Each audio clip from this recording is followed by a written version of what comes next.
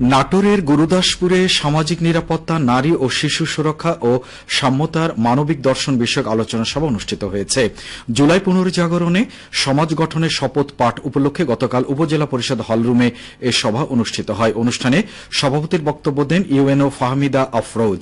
বিশেষ অতিথির বক্তব্য রাখেন উপজেলা সহকারী কমিশনার ভূমি আসাদুল ইসলাম, উপজেলা স্বাস্থ্য কর্মকর্তা ডাক্তার এএসএম আলমাস, উপজেলা কৃষি কর্মকর্তা একেএম রাফিউল ইসলাম, উপজেলা সমাজসেবা কর্মকর্তা মোহাম্মদ শফিকুল ইসলাম, উপজেলা মহিলা বিশ্ব কর্মকর্তা রেখামণি পারভিন, জেলা বৈষম্য বিরোধী ছাত্র আন্দোলনের সিনিয়র যুগ্ম আহ্বায়ক মুকিত আহমেদ।